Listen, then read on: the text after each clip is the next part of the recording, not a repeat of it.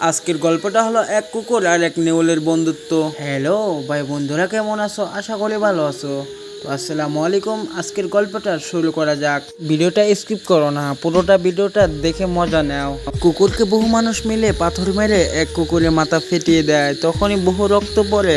তখন কুকুরটা বহু আহত হয়ে এক গাছের তলায় আইসা জিরাইতে থাকে। এই গাছের উপরে ছিল একটা নেউল। কুকুরে আহত দেখে সে অবাক হয়ে যায়। তখন সে গাছের উপরে যায় না, তার খাবারগুলো নিয়ে আসে আর কুকুরকে খাওয়াইতে থাকে। সেই গাছের উপরে মিলে দুইজনে জিরাইতেছিল। তখনই দুই কাঠুরে এসে গাছটাকে কাটতে লাগে আর উপরে ছিল দুইজন, তারা নিচে পড়ে যায়। নেউলটা নিচে পড়ে বহু আহত হয়ে যায়। তখন কুকুরটা অসুস্থ শরীর নিয়ে দৌড় পায়রা আসে, তাকে দেখে বহু কাঁদতে থাকে।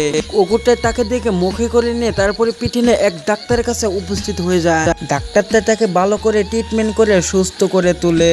সুস্থ হওয়ার পরে কুকুরটা কাঁদতে থাকে। তারপরে দুইজনে মিলে খাবার খাইতে থাকে। কুকুরটা কান্না করছিল কারণ আপনারা লাইক করেন নাই।